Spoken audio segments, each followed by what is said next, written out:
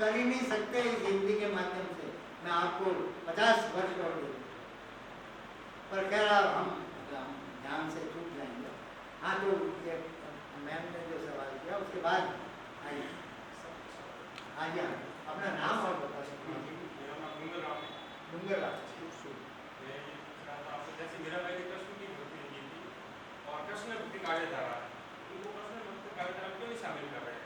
उनको अलग ही बता रहे हैं, पंथ निरपेक्ष बता रहे हैं। नहीं, जिसने भी बताया पंथ कृष्ण का अमूमन जो हिंदी साहित्य के इतिहास जो बड़े बड़े नाम उनमें उनको पंथ निरपेक्ष रखते हैं। नहीं, ऐसा नहीं,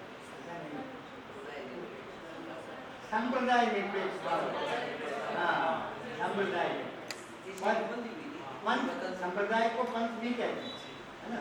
अब मैं आपको एक बात और बताऊँ संप्रदाय के बारे में। एक बात आपको मैं अगर एक सवाल करूँ कि भक्त और संत में क्या अंतर है, तो बहुत सामान्य सवाल है, आप जरा बता। बैठे बैठे आप नाम बता। मेरा नाम मंजू है। मंजू, हाँ। इसमें सर ने बताया था कि जो संत कवि है, मतलब उन्होंने काव्य रचना भी किया और निर्गुण निराकार के मतलब आस्था उनकी श्रद्धा है, और जो भक्त कवि है उनका सगुण और साकार रूप है, जैसे विष्णु है या कृष्ण है या वेरी एब्सोल्युटली नो। एक स्वभाव के अपने मैं आपको ये बताता हूँ, वो भी मैं नहीं, मोटा मोटा बात करूँ तो फिर आप मीरा को कहाँ ले जाएंगे? कई लोग कहते हैं संत शिरोमणि मीरा। आज ये क्वेश्चन था सर, मैं आपसे यही मैं पूछ रहा हूँ, ये कहने वाला, यही समझा पूछने रहा वाली हूँ। थी वैसे कि संत शिरोमणि हम मीरा को नहीं कह सकते। हम जो भी, अब यहाँ फिर वही सवाल आएगा, जो उच्च जाति के, सवर्ण जाति के जो भक्त कवि हुए, उन लोगों ने अभी भी, चाहे ईसरदास भारत हो, चाहे साइया झूला हो, चाहे मीरा हो, ये कोई भी ऐसे लोग हैं, उन लोगों ने नया संप्रदाय नहीं चलाया, क्योंकि उनको जरूरत नहीं थी। वो तो मंदिर में आ जा सकते थे। मैंने जब इतनी देर तक आपके सामने गला फाड़ा है, उसका मतलब यही है, वो भक्त कवि जिसके बाद में संप्रदाय चलता हो, जैसे दादू दयाल या दादू पंथी, कबीर के पास कबीर पंथी, तो वो पंथ चल गया जिसके बारे में श्रीमान आप कह रहे थे, पंथ का अर्थ है संप्रदाय। तो ये जो संप्रदाय जिन लोगों ने चलाए वो संत कहला सकते हैं, बाकी के सब भक्त कहलाए। इसलिए चाहे कितने भी बड़े, मीरा जितना तो बड़ा कोई भक्त हो नहीं सकता, वो संत नहीं है इन अर्थों में संत है। क्योंकि मीरा के लिए एक चीज बहुत मशहूर है, वो कहेगा नाम रहेगा काम से, कर देखो सबको, मीरा शुद्ध जायो नहीं, केलो नूंगे। मीरा ने न तो कोई पुत्र पैदा किया, नाम काम से रहेगा, और न कोई नया संप्रदाय या चेला भी नहीं ढूंढा जिससे उसका नाम रह सके। इसलिए संत सामान्यतः है, हम उन भक्तों को कहेंगे जिन्होंने भक्ति की पोइट्री तो लिखी, लेकिन एक खास एंगल से लिखी, जिससे एक नया संप्रदाय की स्थापना हो जाए, जैसे राम स्नेह संप्रदाय, जैसे विष्णु संप्रदाय। अब जाम्बोजी जो है, जाम्बोजी संत है, भक्त तो है ही, क्योंकि वो 20 और 9 नियम बना है जिससे विष्णोई बना है। तो ये जो व्यक्ति भक्ति की रचना लिखने के साथ साथ कुछ सिद्धांतों को प्रतिपादित करते हुए अपना अलग से साहित्य बनाए, उसे हम संत। तो मीरा इन अर्थों में भक्त कवि के संत कवि वो गलत है। देखिए, संत काव्य धारा का मानी यही है कि जो जिसके बारे में मैंने कहा कि मध्यकाल को हम स्वर्ण काल कहते हैं, तो मध्यकाल के जितने भी लेखक हैं या जितने भी कवि, वो सारे के सारे इन लोगों ने संत कवि के रूप में मान लिया, जबकि ये संत कवि हैं। बता दिया मैंने आपको संत का क्या मतलब है। संत का मतलब एक नया सेट, अपने सिद्धांत प्रतिपादित, जैसे सब लोगों ने किया, मतलब अपनी अपनी जाति के लिए किया लोगों ने। दादू ने वो किया, राम स्नेह ने अपना वो की अपनी आराधना ही आराधना। तुलसी ने कोई सेट नहीं बनाया, इसलिए तुलसी भक्त कवि। सूरदास ने कोई सेट नहीं बनाया, क्योंकि इनकी प्रॉब्लम ही नहीं थी ये तो मंदिर में आना जाना, वो तो उन लोगों की प्रॉब्लम थी जो मंदिर की व्यवस्था का आल्टरनेट सेक्ट चला। अब वो बिश्नोई को किसी दूसरे मंदिर में जाने की जरूरत नहीं जाता सामान्य। तो इस तरह से हमारे यहाँ पर भी सेवाइट और वैष्णवाइट और इनके कई एक वो ठंडे हैं जी। अब बड़ी लंबी जिसका साहित्य लेना देना ना हम में से, और कई जगह वापस समन्वय करना पड़ा। आप में से शायद कोई ये नहीं जानता होगा कि ये जो गणपति है ये इसको शिव जी की औलाद कैसे बना। गणेश की जो पूजा हो रही है अभी आता है जी, ये क्या है? असल में ये अपने आप में पूरा धर्म जिसका नाम था गणपत्य धर्म, तो उनको समन्वय नहीं कराओगे आप जब तक हिंदुओं में तो फिरकों के होते ही चले जाए। तो ये समन्वय जरूरी होता है, इसलिए इन्होंने मिथिकली ये गढ़ा कि ये शिव का पुत्र है, इसलिए शिव परिवार का मेंबर। आज महाराष्ट्र में क्यों गणेश की अलग से पूजा होती है? तो इसीलिए वो गणपत्य धर्म का वो एक अलग से धर्म था पूरा का पूरा, उसको हिंदू धर्म के अंदर लाकर करके डाल करके समन्वय किया। तुलसीदास, अगर आपने पढ़ा हो रामचरितमानस तो आपको फट पता लग जाएगा कि उसमें शिव आ रहे हैं पार्वती को रामचंद्र की कथा कहने की। क्या मतलब है? ये समन्वय है। ये सेवाइट और वैष्णवाइट दोनों का झगड़ा तो कभी मिट ही नहीं सकता, मैं तो ये कहता हूँ। लेकिन उन लोगों ने अपने लेवल पर इसको मिटाने की चेष्टा की। और दूसरा ये था कि तुलसी ने, हमारे यहाँ पर कोई भी काव्य की एक ऐसी परंपरा है कि कोई भी काव्य है वो पहले ओरल ट्रेडिशन में कंठ विद्या के रूप में था। लिखना तो हमने बहुत बाद में चालू। इवन मीरा का की पहली मैन्युस्क्रिप्ट वो मिलती है 1604, जिसमें एक पद है और वो एक बड़ा कंट्रोवर्शियल है, कारण कोई उस बात की आज तारीफ नहीं करता। वो बहुत शानदार, आप लोगों को जानना चाहिए साहित्य के विषय। मीरा का एक पद था जो गुरु ग्रंथ साहब में ले लिया गया और कंट्रोवर्सी खड़ी हो गई। सारे गुरुओं ने और लोगों ने विरोध कर दिया कि ये तो सगुण उपासक है, आपने इसमें कैसे विरोध। वेदास जो है वो तो गुरु ग्रंथ साहब में है, कबीर गुरु ग्रंथ साहब में है, क्योंकि वो सब निर्गुण है। एक बात ये लखाव जी ने ठीक कही है कि जो निर्गुण वाले हैं वो सामान्यतया संत कहलाते हैं, तो उसका कोई लॉजिक नहीं है। संत कबीर हम कहते हैं क्योंकि उसका तो वो कबीरपंथी सेट भी चलता। तो इसलिए ये जो है उसके बाद में गुरु ग्रंथ साहब के पद में से ये मीरा का ये पद निकालना पड़ा। आज की तारीख में नहीं हो, नया पूरा ग्रंथ जिसको ईश्वर मानते हैं सिख लोग, उसमें से वो डिलीट करना पड़ा क्योंकि वो सगुण उपासक।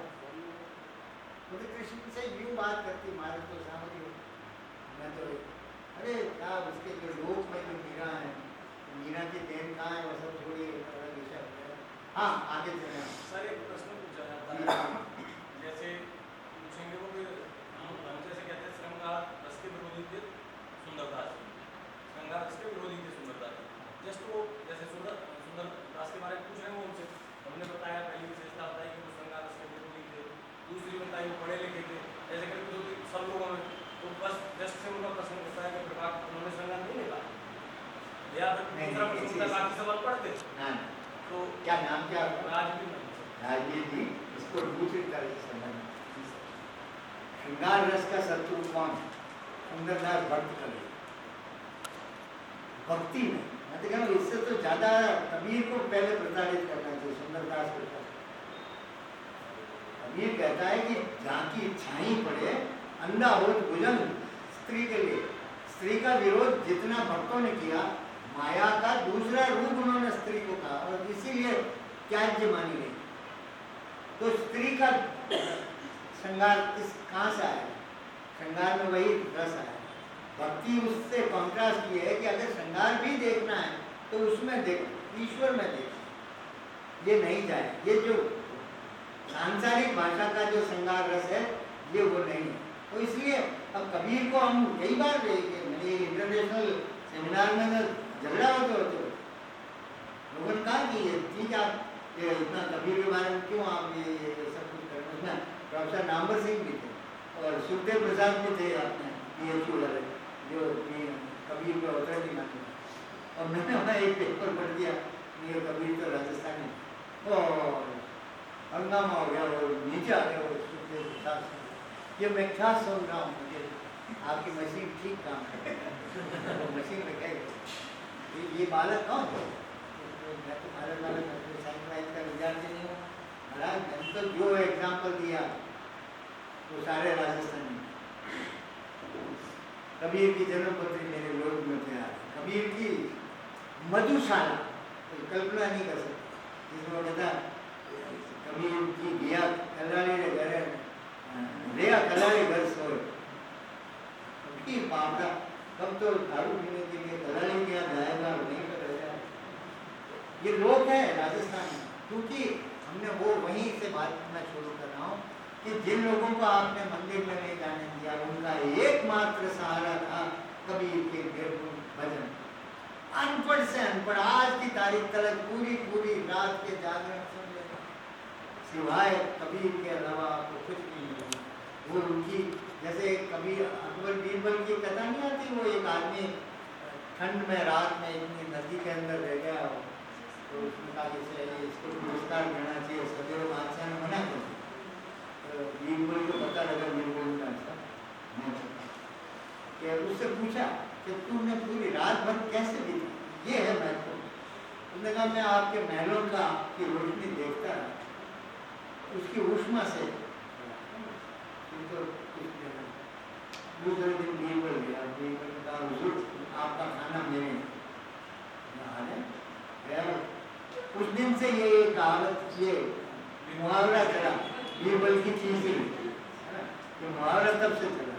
उसने एक मांस लिया, मांस के ऊपर हड्डी बांध दी, ऊपर और नीचे माता हुआ एक रखी मोमबत्ती। कह रहा क्या हुआ, खाना तो बन रहा है, क्या कितनी देर हो गई, बेवकूफ क्या ये यहाँ से सीधेगा? साहब आपके महल की रोशनी से गर्मी वहाँ पर पहुँच सकती है। ये थी वो राजस्थान के उन लोगों की वो प्यास, जो उस कबीर को बार बार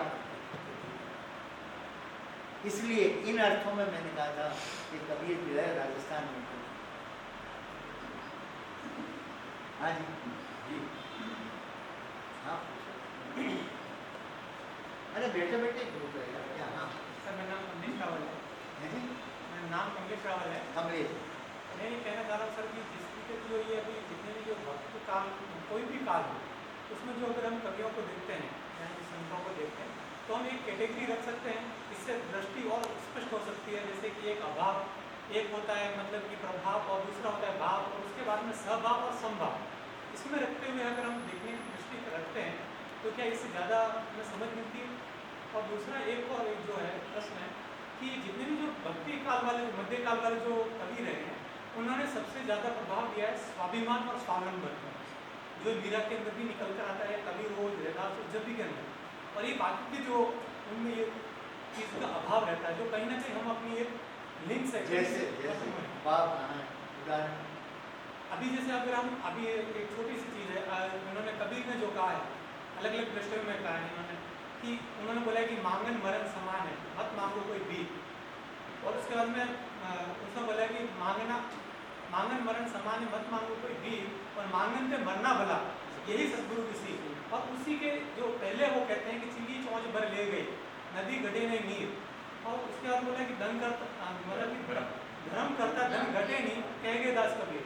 और फिर वापिस उनकी तीसरी इन्हीं की पंक्ति है कि मांगू नहीं मर जाऊं अपने हित के कार्य, और परहित के कारण है मोहे, परहित के कारण है मैं मांगू मोहे आवे ने लाज।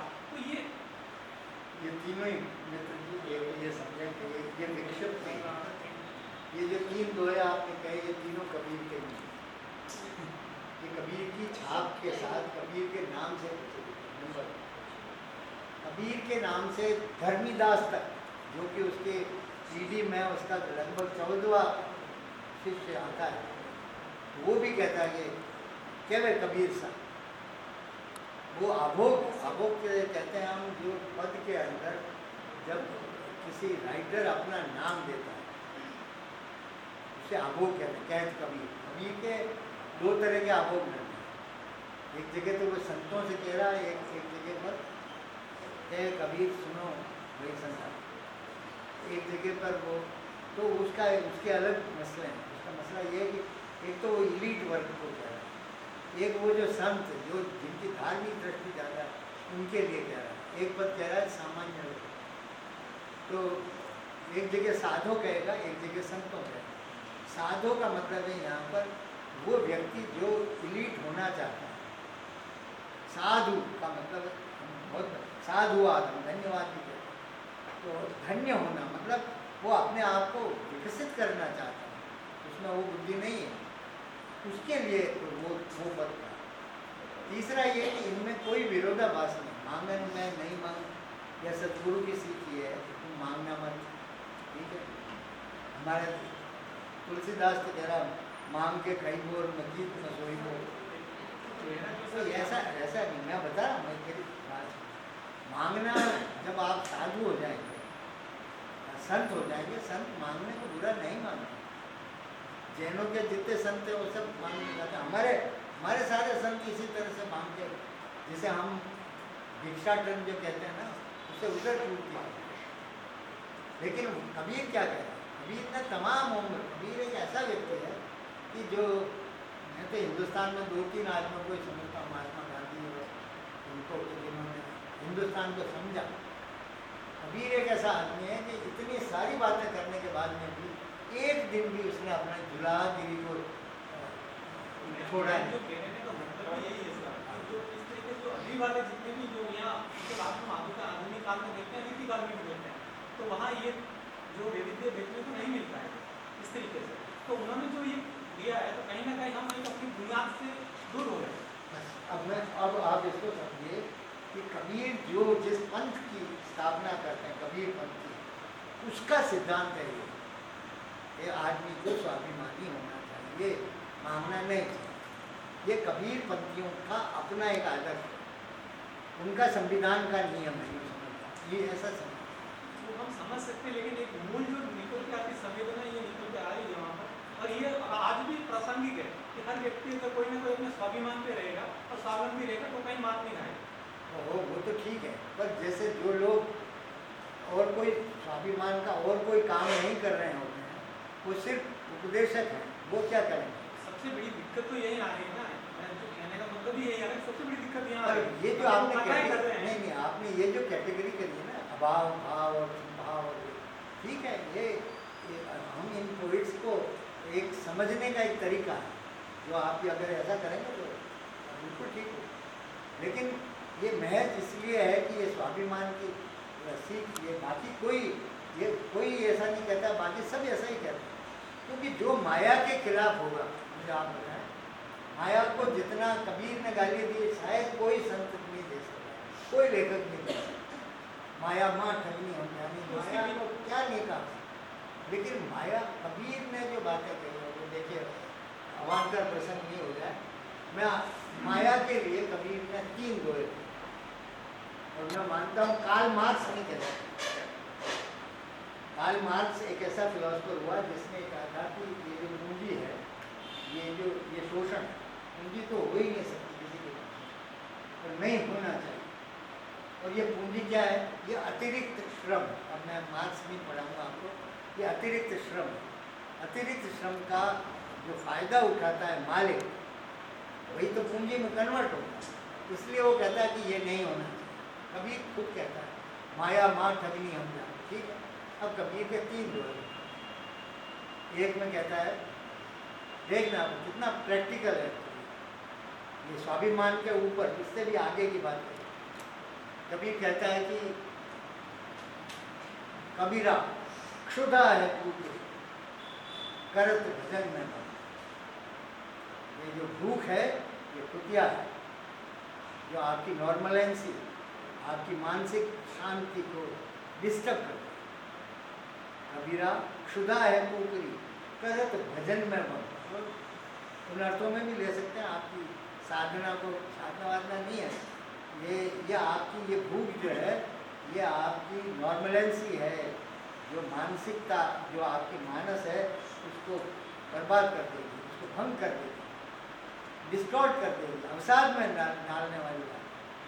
कितनी बड़ी बात है इसमें कहा कि ये और आगे की लाइन है वो इससे भी आगे, तो कहता वाको टुकड़ा डारी के रहे जीव। वो ये नहीं कहता 56 भोग खिला दो कुत्ते के लिए, इतना कान के जितना टुकड़ा बहुत होता है, उसको टुकड़ा डाल दे वो शांत हो जाए। नहीं तो भूख जो है तुझे न तो विचार तो छोड़, तुझे कोई काम नहीं करना एक जगह की ये स्वाभिमान से कम नहीं, ठीक है। लेकिन ये प्रैक्टिकल बात है कि लेकिन जब तक भूख रहेगी उसको भूख को मिटाने के साधन तो करने पड़ेंगे, तो फिर तो आपको वापस माया के उसमें जाना पड़ेगा। आप वर्ष भर का राशन खरीदते हैं, अभी कमाते नहीं है, तो किसान सामान्यतः साल भर का अनाज संग्रहित करता है, वो क्या है, वो माया नहीं है। अब आगे वो कह रहा है, वो तो अद्भुत है। वो कहता है, इसलिए कहता हूँ कि माया को जितना कबीर ने भर्त्सना की है, मार्क्स भी नहीं करता। और ऐसी सिमली, ऐसी सिमली दी है उसने कि आपको लगे साहित्य में इस तरह की सिमली आपने वो कहीं नहीं सुनी। वो कहता है कि जो माया संतन, यहाँ संत का मतलब वो माला फेरने वाले भगवान करता है।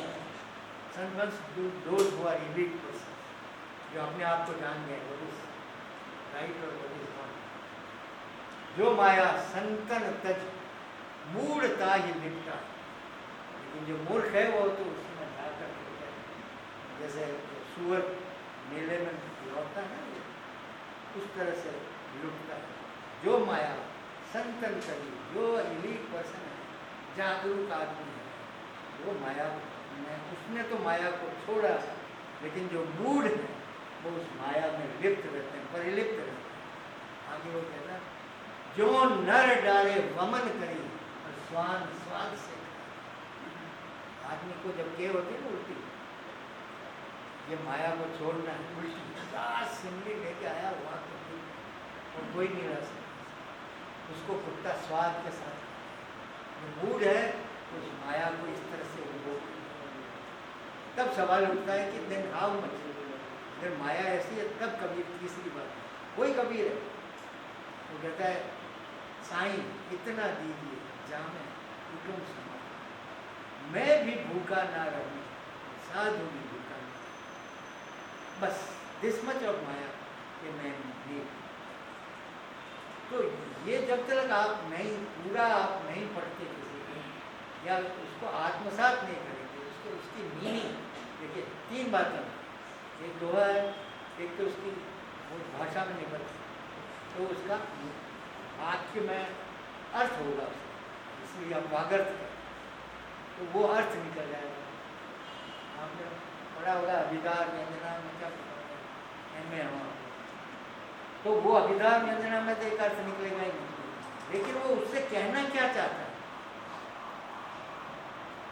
थर्ड, हमारे यहाँ पर एक मॉडर्न पीरियड में हमने कविता की एक व्याख्या की और उसने कहा कि poetry lies between the lines, जो कहा गया वो कविता नहीं है, उन पंक्तियों के बीच का जो स्पेस है वो है कविता। हमारे राजस्थान के और यहाँ के कई